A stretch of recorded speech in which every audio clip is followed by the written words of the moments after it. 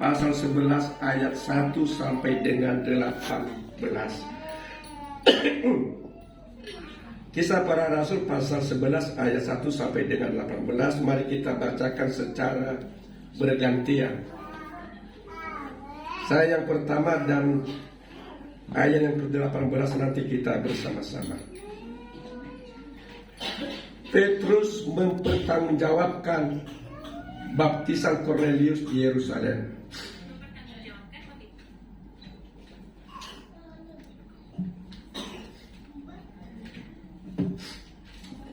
Dia mendengar bahwa bangsa-bangsa lain juga menerima firman Allah. Ketika Petrus tiba di Yerusalem, orang-orang dari golongan yang bersunat berselisih pendapat dengan dia. Kata mereka, "Engkau telah masuk ke rumah orang-orang yang tidak bersunat dan makan bersama-sama dengan mereka." Tetapi Petrus menjelaskan segala sesuatu berturut-turut katanya. Aku sedang berdoa di kota Yope. Tiba-tiba rohku diliputi kuasa ilahi, dan aku melihat suatu penglihatan. Suatu benda berbentuk kain lebar yang bergantung pada keempat sudutnya diturunkan dari langit sampai di depanku. Aku menatapnya dan di dalamnya aku lihat segala jenis binatang berkaki empat dan binatang liar dan binatang menjala dan burung-burung. Lalu aku mendengar suara berkata kepadaku, "Bangunlah hai Petrus, sembelihlah dan makanlah." Tetapi aku berkata, "Tidak Tuhan, tidak, sebab belum pernah sesuatu yang haram dan yang tidak tahir masuk ke dalam mulutku." Akan tetapi untuk kedua kalinya suara dari sorga berkata kepadaku, "Apa yang dinyatakan halal oleh Allah, tidak boleh engkau nyatakan haram." Yang akan mendatangkan keselamatan bagimu dan bagi seluruh isi rumahmu. Dan ketika aku mulai berbicara, turunlah Roh Kudus ke atas mereka, sama seperti dahulu ke atas kita. Maka teringatlah aku akan perkataan Tuhan. Yohanes membaptis dengan air, tetapi kamu akan dibaptis dengan Roh Kudus. Jadi jika Allah memberikan karunia-Nya kepada mereka sama seperti kepada kita pada waktu kita mulai percaya kepada Yesus Kristus, bagaimanakah mungkin aku mencegah dia? Kita bersama-sama. Ketika mereka mendengar hal itu, mereka menjadi tenang, lalu memuliakan Allah, katanya. Jadi kepada bangsa-bangsa lain juga Allah mengaruniakan pertobatan yang memimpin kepada hidup. Mari kita berdoa. Dan lebih-lebih Tuhan Allah, hamba-Mu yang menyampaikan kebenaran firman-Mu, kiranya Engkau menguatkan, mengurapi, memberikan pengetahuan, sehingga apa keinginan Tuhan untuk bisa berbicara kepada umat-Mu pada saat ini, hamba-Mu bisa menyampaikan dengan dan dalam kebenaran. Dalam nama Yesus Kristus kami telah berdoa dan mengucap syukur. Amin. Salam. Shalom. Yahoo Fefu. Yahoo. Puji syukur. Kalau tadi saya udah sampai di sini jam 10 kurang 10 menit. Tadi saya pikir sama dengan di tempat ibadah yang lain di Jakarta, di Cikarang itu biasanya jam 10 pagi. Saya juga salah juga. Bukan suatu pelayanan di Kaisaria. Dan pada waktu itu banyak orang percaya, lebih-lebih bangsa Yahudi, mempertanyakan kenapa Petrus bisa melayani orang yang bukan orang Yahudi. Tadi dicatat orang yang tidak bersunat. Oleh karena itu ada suatu kebudayaan di bangsa Yahuda atau bangsa Yahudi bahwa mereka tidak boleh bergabung bersama-sama dengan orang yang bukan bangsa Yahudi. Masih kita ingat ketika Tuhan Yesus pergi ke Samaria, lalu dia duduk di samping sumur. Ketika itu ada perempuan Samaria, lalu mereka berbicara, dan perempuan Samaria mengatakan, kenapa Tuhan berbicara kepada kami orang Samaria? Ini salah satu contoh bagaimana perbedaan gap antara bangsa Yahudi dengan yang non-Yahudi. Bapak Ibu sekalian, dalam pelayanan ini juga pasti juga seperti jemaat-jemaat pada saat sekarang ini.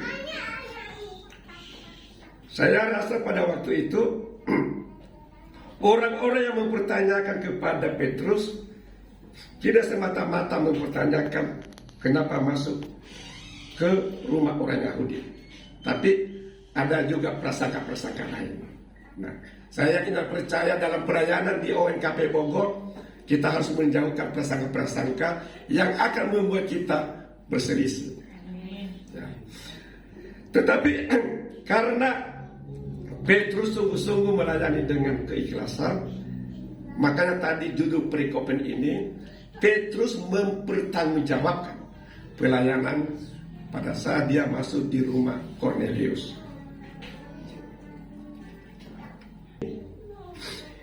Minggu kantate tadi memuji Tuhan dengan nyanyian baru. Mi anune ke Yehova sinune siboho. Tema kita adalah Allah mengaruniakan pertobatan. Allah mengaruniakan pertobatan, lobalangi zamalua famalalini era-era. Lalu subtemanya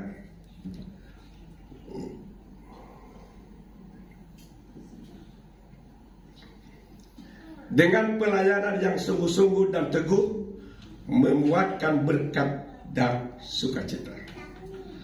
Ya, dengan pelayanan yang sungguh-sungguh dan teguh akan membuahkan berkat dan sukacita. Tentu hari ini kita tidak perlu terlalu lama-lama, cukup 2 jam saja. Melihat pelayanan tersebut ada beberapa poin. 1, mengikuti perintah Tuhan tanpa kebimbangan. Kalau tadi kita melihat di ayat yang 12, lalu kata Roh Kudus kepadaku, pergi bersama mereka dengan tidak bimbang. Tidak ada kebimbangan kepada Petrus. Jadi suatu waktu Petrus sedang ada di daerah Yope. Lalu dalam kesendiriannya datanglah atau ada penglihatan yang tadi kita bacakan. Tiba-tiba dia turun dari langit, kain besar yang ada di atasnya berbagai macam binatang. Nah, ini tadi yang persoalan di sini.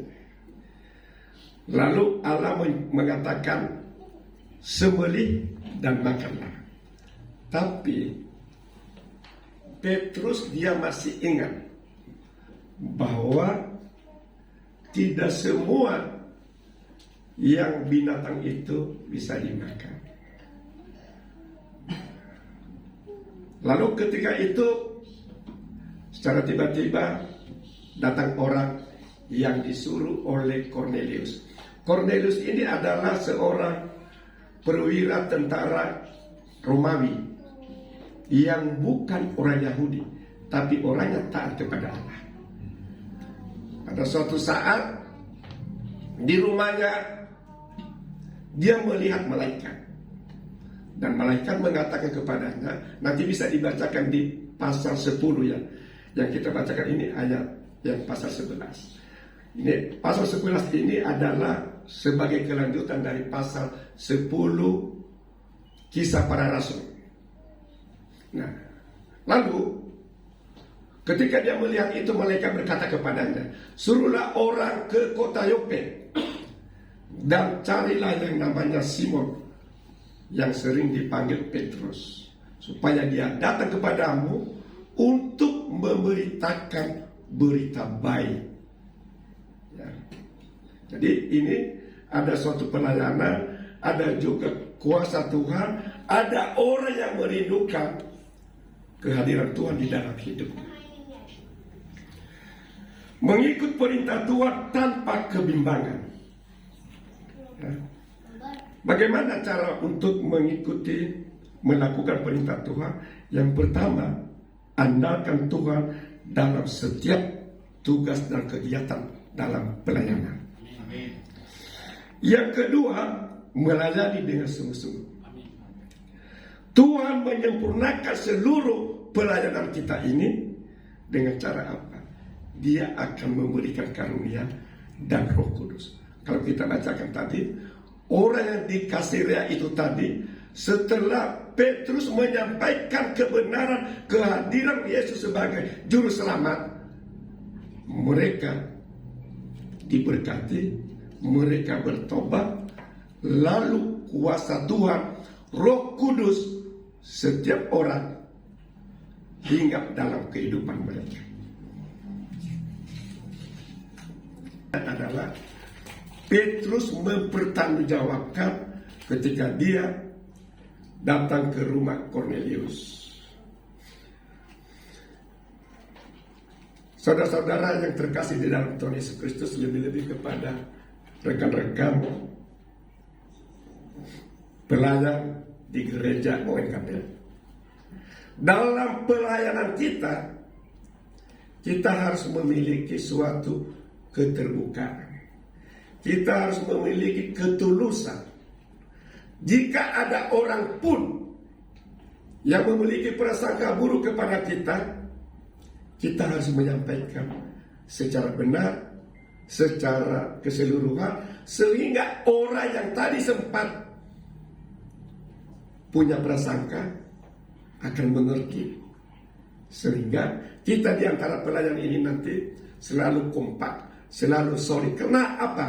Kita memiliki cara pelayanan dengan keterbukaan. Kita menjauhkan prasangka, terus ada keterbukaan. Yakin dan percaya, orang-orang yang melayani Tuhan dengan keterbukaan, kesungguhan, pasti akan disempurnakan Tuhan melalui karunia-Nya. Roh Kudus hadir bersama-sama dalam pelayanan tersebut. Amin. Sekaligus juga kita menjaga hubungan yang baik, membangun rasa kasih, membangun rasa damai di antara pelayan dan di antara jemaat. Bapak Ibu yang terkasih di dalam Tuhan Yesus Kristus, Tuhan pasti akan menyertai pelayanannya seperti itu. Kalau sering kita melihat pelayanan di tempat lain, kenapa sering terjadi masalah? Pasti ada orang-orang yang tidak terbuka. Pasti ada orang-orang yang memiliki keinginan, prasangka yang selalu menuduh orang lain tidak baik. Saya tidak percaya orang-orang ONKP Jemaat di Bogor ini, orang-orang yang punya kesucian hati dalam pelayanan, orang-orang yang memiliki keikhlasan, dan juga selalu membangun cinta kasih di antara baik di antara pelayan maupun kepada seluruh jemaat. Yang ketiga, Tuhan mengasihi semua orang. Nah, ini yang penting di dalam pembacaan ini tadi. Allah itu tidak pernah membeda-bedakan siapa orang yang dikasihi. Baik orang Yahudi, baik orang Romawi, baik orang Nias, baik warga ONKP Jemaat Bogor, Tuhan pasti mengasihi. Amin. Kenapa? Karena Tuhan itu menciptakan orang tidak semata-mata hanya bangsa Israel. Apalagi ketika Yesus sudah turun dari surga menjadi manusia, semua orang bisa dikasihinya, bahkan bisa diselamatkan melalui Tuhan Yesus. Yang kedua, setiap orang memiliki kesempatan yang sama untuk mendapatkan anugerah dan keselamatan. Bapak, Ibu, saudara-saudara yang terkasih, Petrus menyampaikan berita sukacita kepada Cornelius tadi, kepada orang-orang Kasirea tadi. Apa yang menjadi intinya? Bahwa di dalam Yesus ada keselamatan. Begitu juga pada kita saat ini. Hanyalah melalui Yesus ada keselamatan. Oleh karena itu, ketika pada saat Petrus berbicara kepada orang-orang Kasirea, orang-orang ini tadi semakin terbuka hatinya. Ternyata yang selama ini mereka masih hanya mendengar, tetapi ketika Yesus datang kepada mereka, seluruh orang-orang yang hadir itu menjadi bertobat. Menjadi bertobat. Bertobat itu bukan hanya meninggalkan cara hidup yang lama menjadi hidup yang baru. Tidak hanya semata-mata itu, tapi ada penyerahan total kehidupan ini kepada Yesus Kristus. Tadi di jalan saya mendengar suatu lagu, tapi cukup kita nyanyikan yang awal-awalnya aja.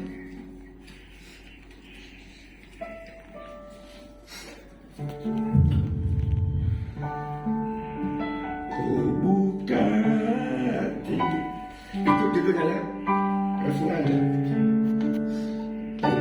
Satu dua tiga, ku buka hati, jamaah itu jamaah. Satu dua tiga, ku buka hati, ku jamaahmu,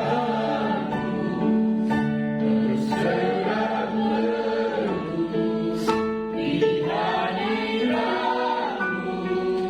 kau ambil alih seluruh hidupku di altarmu menyembah. Sekali lagi penuh semangat.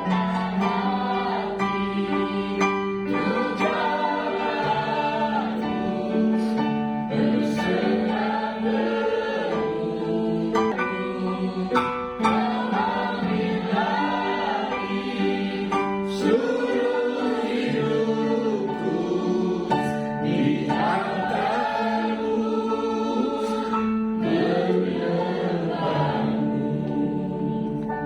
Jemaat yang dikasihi Tuhan Yesus, kita mendengar tadi kisah daripada Petrus melayani orang di Kasirea. Maka harus kita memaknai sekarang, Tuhan juga tidak pernah meninggalkan kehidupan kita. Amin. Oleh karena itu, pasti setiap kita ini mengalami pergumulan masing-masing yang berbeda-beda.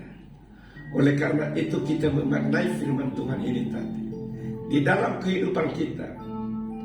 Tadi orang yang di sana mendapatkan pertobatan. Mari kita berkomitmen, berjanji kepada diri kita masing-masing.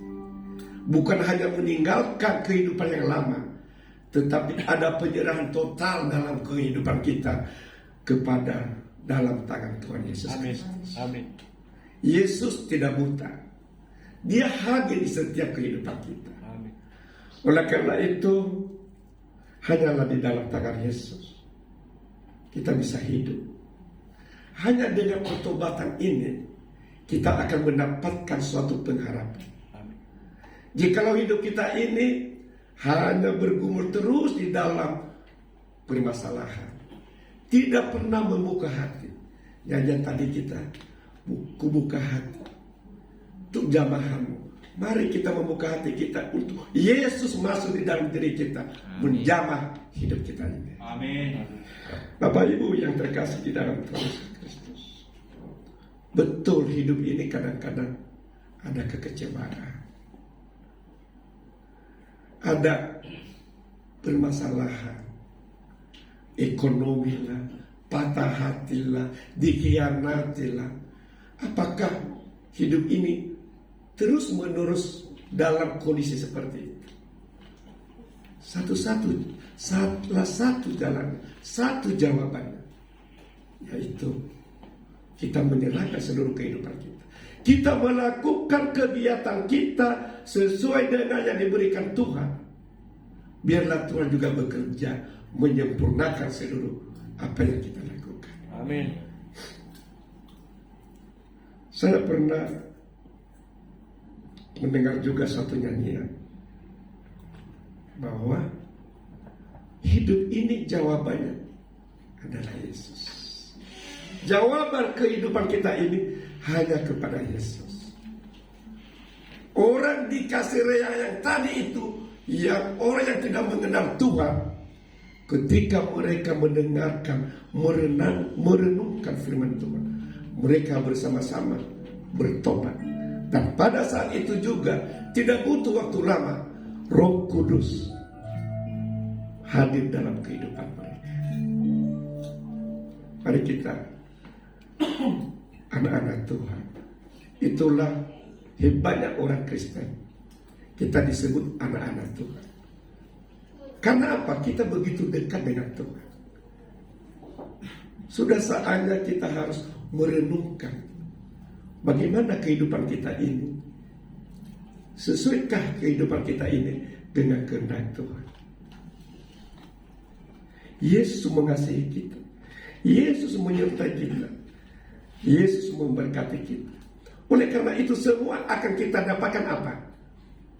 Ada damai, ada sukacita, dan bahkan ada keselamatan. Ini adalah janji daripada Tuhan kita Yesus Kristus. Apa janji Tuhan? Aku sudah akan menyediakan tempatmu di surga, yang akan bersama-sama dengan aku. Itu bukan semua orang seperti itu. Kita semua ada kesempatan, tapi kita kan sudah mengikuti kemauan apa yang Tuhan inginkan dalam hidup kita. Bapak Ibu yang terkasih di dalam Tuhan Yesus Kristus, biarlah firman Tuhan ini yang selalu membangunkan rohani kita untuk tetap teguh, baik dalam pelayanan, teguh di dalam persekutuan kita, dan juga teguh untuk mengikuti firman Tuhan. Tuhan Yesus memberkati. Ayat hafalan, ayat yang ke-18. Mari kita membaca bersama-sama. 1, 2, 3. Ketika mereka mendengar hal itu, mereka menjadi tenang, lalu memuliakan Allah, katanya, jadilah kepada bangsa-bangsa lain juga Allah mengerjakan pertobatan dalam memimpin hidupnya. Biarlah firman Tuhan ini menjadi berkat pegangan kita dalam kehidupan kita sehari-hari. Yang berbahagialah orang yang mendengar, merenungkan, dan melakukan firman Tuhan ini di dalam kehidupan hari lepas hari. Tuhan memberkati.